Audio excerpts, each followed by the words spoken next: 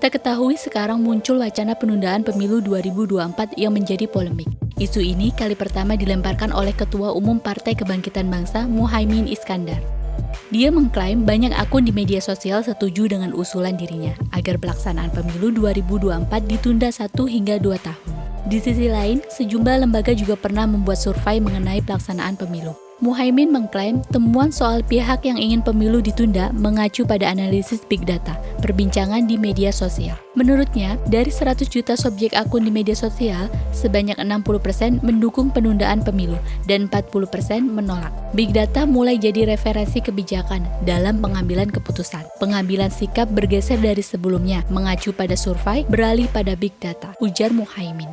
Namun, temuan survei lain berbeda dari klaim Muhaimin. Survei dua lembaga pernah menyatakan bahwa mayoritas responden tidak ingin pemilu 2024 ditunda.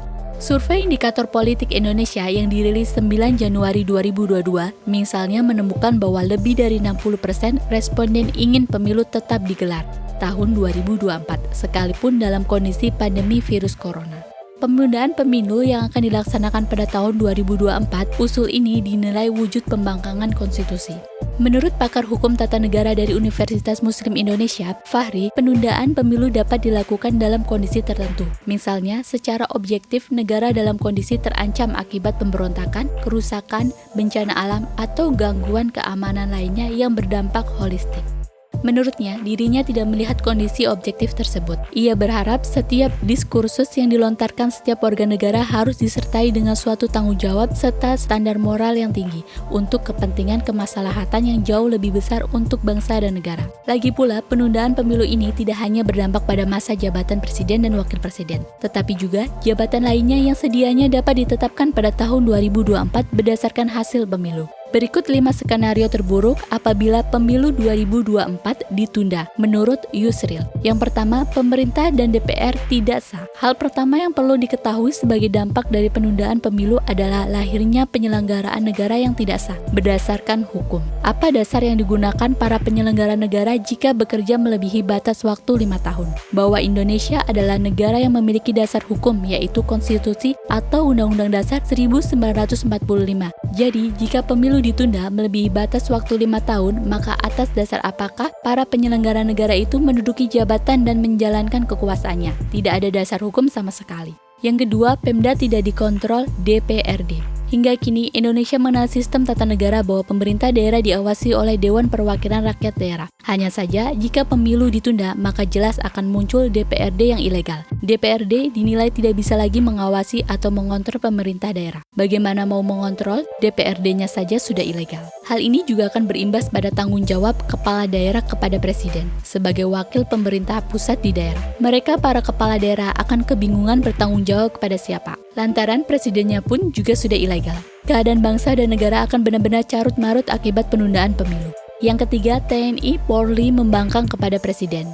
Penundaan pemilu juga akan menimbulkan adanya pembangkangan yang dilakukan oleh Panglima TNI dan Kapolri beserta jajarannya kepada presiden. Hal ini dapat terjadi jika berkaca lagi kepada presiden yang sudah tidak memiliki dasar hukum atas jabatan yang diembannya. Diketahui TNI dan Polri masing-masing bertanggung jawab secara terpisah kepada presiden. Namun karena presiden sudah ilegal atas dasar penundaan pemilu, maka bisa saja Panglima TNI dan Kapolri membangkang kepadanya.